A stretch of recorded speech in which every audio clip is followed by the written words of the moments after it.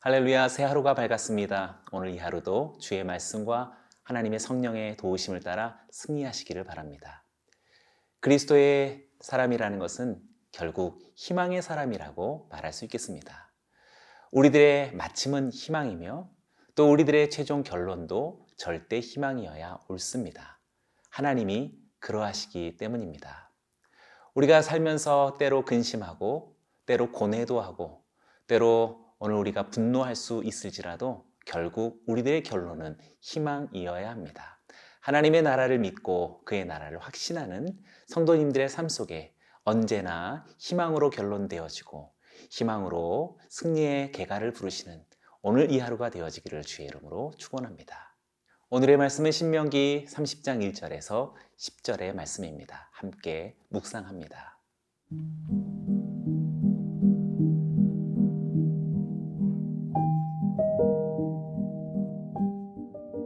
신명기 30장 1절에서 10절 말씀입니다.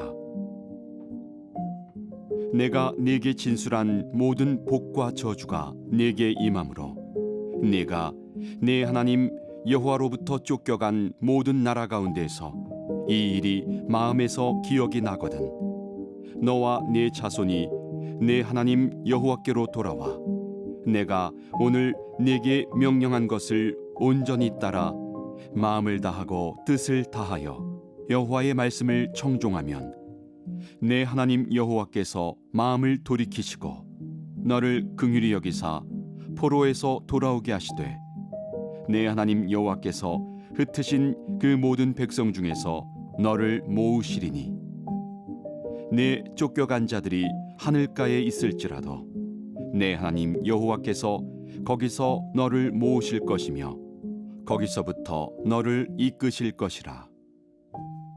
내 하나님 여호와께서 너를 내 조상들이 차지한 땅으로 돌아오게 하사 내게 다시 그것을 차지하게 하실 것이며 여호와께서 또 내게 선을 행하사 너를 내 조상들보다 더 번성하게 하실 것이며 내 하나님 여호와께서 내 마음과 내 자손의 마음에 할례를 베푸사 너로 마음을 다하며 뜻을 다하여 내 하나님 여호와를 사랑하게 하사 너로 생명을 얻게 하실 것이며 내 하나님 여호와께서 내 적군과 너를 미워하고 핍박하던 자에게 이 모든 저주를 내리게 하시리니 너는 돌아와 다시 여호와의 말씀을 청종하고 내가 오늘 네게 명령하는 그 모든 명령을 행할 것이라.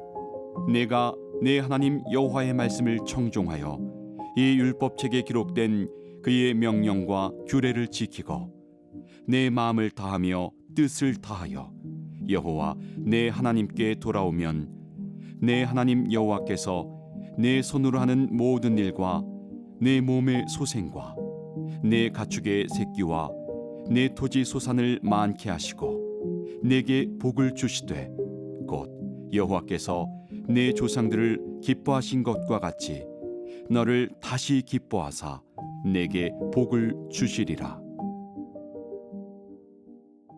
오늘의 본문 말씀은 이스라엘 언약 공동체가 앞으로 가까운 미래 혹은 먼 미래에 매우 부정적으로 그 역사가 흘러갔을 이후 이스라엘이 포로로 끌려갔을 때 그 상황을 전제한 말씀이 됩니다. 결국 실패로 돌아갔을 때를 전제로 한 것인데요.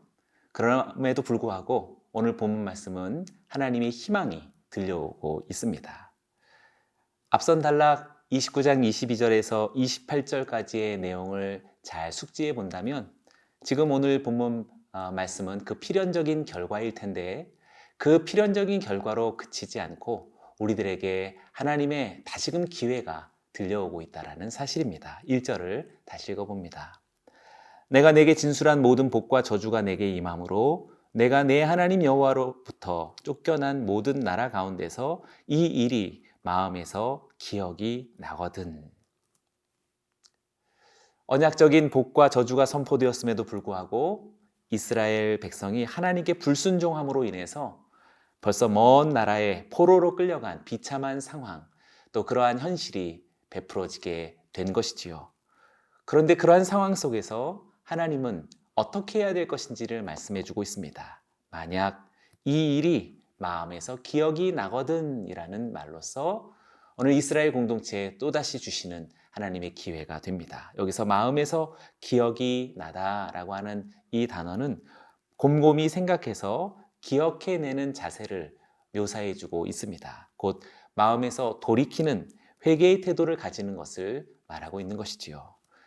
이렇게 하나님께서는 이미 다 포기할 만한 절망의 상황인 나라를 잃고 땅을 상실하고 오히려 다른 민족에게 포로되어진 이 절망의 상황 속에서 마음에서 기억이 나는 회개의 심령을 하나님께서는 찾고 있다는 사실을 보여주고 있습니다. 지금 이 단어가 2절에서도 또 반복이 되는데요. 너와 내 자손이 내 하나님 여호와께로 돌아와 내가 오늘 내게 명령한 것을 온전히 따라 마음을 다하고 뜻을 다하여 여호와의 마음을 청종하면 1절에서 보았던 마음에서 기억나다라고 하는 단어가 지금 여호와께 돌아와라는 2절에서의 동일한 단어를 다시 사용하고 있는 것입니다. 곧 마음에서 다시 기억한다라는 것은 하나님께로 돌아온다라는 것이요. 하나님께로 돌아온다라는 것은 하나님의 말씀을 청종하고 순종하는 것을 의미한다라고 할 수 있겠습니다. 2절 말씀 속에 구체적으로 그 진정성을 요하고 있지요. 온전히 따라야 하며 마음을 다해야 하며 뜻을 다하는 그런 들음, 바로 그런 들음이 하나님께로 돌아오는 것이요. 그 하나님께로 돌아오는 것이 마음을 하나님께로 기억하는 것이다라고 말할 수 있겠습니다. 만약 그렇게 한다면 3절에서 놀라운 하나님의 용서와 희망이 우리들에게 선포되는데요. 3절을 읽어봅니다. 내 하나님 여호와께서 마음을 돌이키시고 너를 긍휼히 여기사 포로에서 돌아오게 하시되 내 하나님 여호와께서 흩으신 그 모든 백성 중에서 너를 모으시리니. 놀라운 것은 이때 하나님도 마음을 돌이키시고 또 포로에서 돌아오게 하신다라는 그런 소망이 주어지고 있습니다. 동일한 단어가 또 여기서 돌이키다, 또 돌아오게 하다라는 단어로 사용되어지고 있는 것입니다.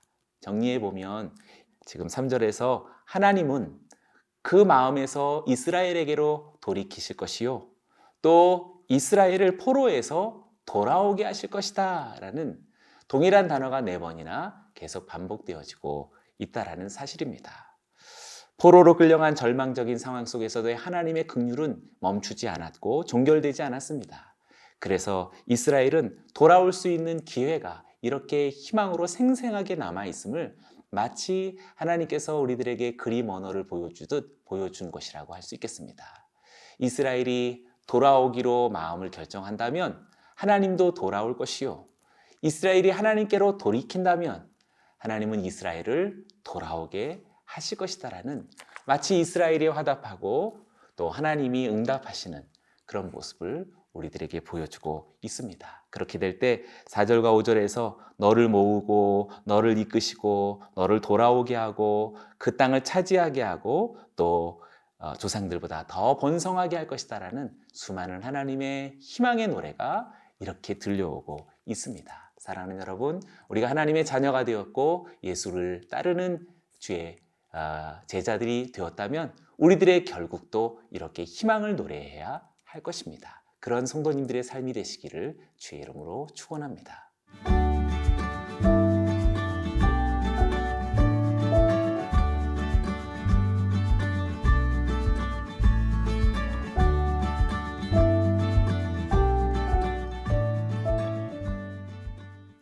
5절을 다시 한번 읽어보겠습니다.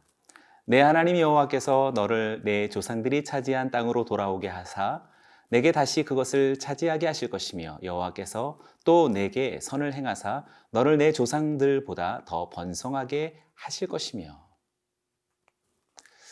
하나님의 언약적 심판에 의해서 약속의 땅을 빼앗기고 그리고 포로된 이스라엘에게 그럼에도 불구하고 희망이 있고 또 소망이 있다라고 말했지만, 사실 지금 읽은 이 5절 후반부의 말씀 속에 여호와께서 선을 행하셔서 너를 너의 조상들보다 더 번성하게 하실 것이다 라고 하는 것이 사실 우리들의 마음에 조금 남게 됩니다.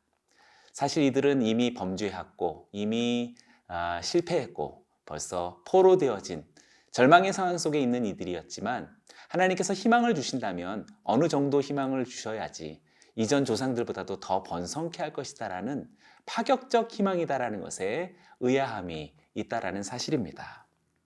사실 그것은 이스라엘이 어딘가 그렇게 희망이 있을 만한 어떤 근거가 있다라기보다는 하나님 자신에 대한 구원의 완성을 향한 하나님의 의지이며 결심이기 때문이라고 말할 수 있겠습니다.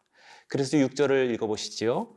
내 하나님 여호와께서 내 마음과 내 자손의 마음에 할례를 베푸사 너로 마음을 다하며 뜻을 다하여 내 하나님 여호와를 사랑하게 하사 너로 생명을 얻게 하실 것이며, 하나님께서는 포로된 이스라엘과 그들의 후대들에게 하나님께서 그들에게 마음의 할례를 베푸실 것이다 라고 말씀하고 있습니다. 그래서 마음을 다하고 뜻을 다하여서 하나님 여호와를 사랑하게 하실 것이다 라고, 그 주체가 누구인가요? 바로 하나님이시다라는 사실을 우리는 분명하게 깨닫게 됩니다. 생명을 얻게 하시는 이도 결국 하나님이심을 우리들에게 말해주고 있는 것이지요. 놀라운 신적 축복이 아닐까요? 결국 희망은 이스라엘의 어떤 그런 희망의 근거나 희망할 만한 자격이 있어서가 아니라 하나님의 적극적인 신적 의지였다라고 말할 수 있겠습니다. 그렇다면 왜 굳이 이렇게 후대 사람들에게 더 큰 축복으로, 더 큰 희망으로 이렇게 하나님의 약속이 주어져 있는 것일까요? 그것은 분명히 하나님의 영의 속성에 있는 것이라고 말할 수 있겠습니다. 그것이 마음의 할례에 따르는 의미인데요, 사도 바울이 잘 알고 있었습니다. 로마서 2장 29절입니다. 오직 이면적 유대인이 유대인이며 할례는 마음의 할진이 영에 있고 율법 조문에 있지 아니한 것이라. 그 칭찬이 사람에게서가 아니요 다만 하나님에게서니라. 분명히 마음의 할례란 영에 관한 문제다라는 사실을 분명하게 말해주고 있습니다. 곧 성령의 역사로 말미암고 성령의 역사로 따르는 그런 결과가 마음의 할례라고 말할 수 있는 것이지요. 또 사도 바울이 사도행전 7장 51절에서 이렇게 말합니다. 목이 곧고 마음과 귀에 할례를 받지 못한 사람들아, 너희도 너희 조상과 같이 항상 성령을 거스리는도다 라고 말하고 있습니다. 마음의 할례는 성령의 역사와 다름이 아니다, 동일시되는 것이다 라고 말하고 있는 것이지요. 그래서인지 예수님도 제자들에게 이렇게 요한복음에서 말씀하신 적이 있습니다. 요한복음 14장 12절인데요. 내가 진실로 진실로 너희에게 이르노니 나를 믿는 자는 내가 하는 일을 그도 할 것이요 또한 그보다 큰 일도 하리니 이는 내가 아버지께로 감이라. 깜짝 놀랄 만한 말씀이지요. 믿는 자가 아무리 큰 일을 해도 그렇지 어떻게 예수님보다 더 큰 일을 할 수 있을까요? 그런데 예수님께서 바로 그 말씀을 하신 것입니다. 이유는 내가 아버지께로 가기 때문이다 라고 말씀하신 것은 내가 아버지께로 가고 이후에 성령이 오시기 때문이다라는 말과 같은 것입니다. 결국 예수님보다 더 큰 일을 할 수 있다는 것은 성령이 하시는 일을 말씀하신 것이라고 할 수 있는 것입니다. 그러니 사랑하는 여러분, 포로된 이스라엘이었고 실패한 자들이라고 말할 수 있지만 성령의 행하시는 일들이라면 얼마든지 지금보다도 더 훌륭하게, 이전보다도 더 월등하게 하나님의 희망은 희망으로서 존재한다는 사실을 우리들에게 말해주고 있습니다. 이것이야말로 정말 복음이 가져다주는 희망이 아닐까요? 그리스도인들이 노래 불러야 할 희망의 노래가 아닐까요? 그러니 지금 얼마나 절망하고 실패한 사람일지라도 우리 성도님들은 이렇게 희망으로 축복해 주어야 할 줄로 믿습니다. 마지막 10절을 보시죠. 그러나 너희가 너희 하나님 여호와께 순종하고 이 율법책에 기록되어 있는 그분의 명령과 규례를 지키며 너희 온 마음과 너희 온 영혼으로 너희 하나님 여호와께 돌아오면 그렇게 될 것이다. 할렐루야. 여호와께 돌아오면, 아까 마음에 기억나다라고 하는 단어가 또 한 번 여기서 사용되고 있습니다. 이렇게 하나님께로 돌아오면 하나님도 돌아올 것이요 지난 날보다 더 영광스럽고 놀라운 승리가 희망으로 우리들에게 되돌려질 것입니다. 주의 약속입니다. 믿음으로 간직하시고 오늘도 성령 충만하셔서 하나님의 말씀을 이루시는 저와 여러분 되시기를 주의 이름으로 축원합니다.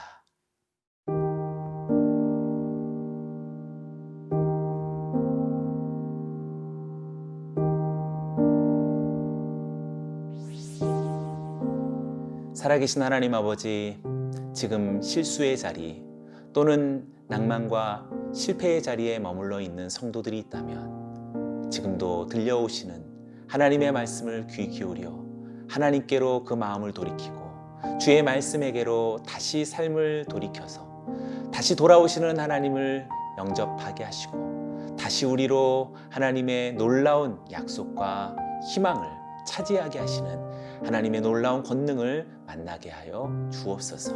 이는 성령으로 가능하신 성령의 충만함과 임재가 오늘도 우리들에게 거하여야 하오니 우리 주 예수 그리스도를 믿는 성도들에게 성령의 충만함으로 역사하여 주옵소서. 그리 이루실 주께 감사드리며 예수님의 이름으로 기도드리옵나이다.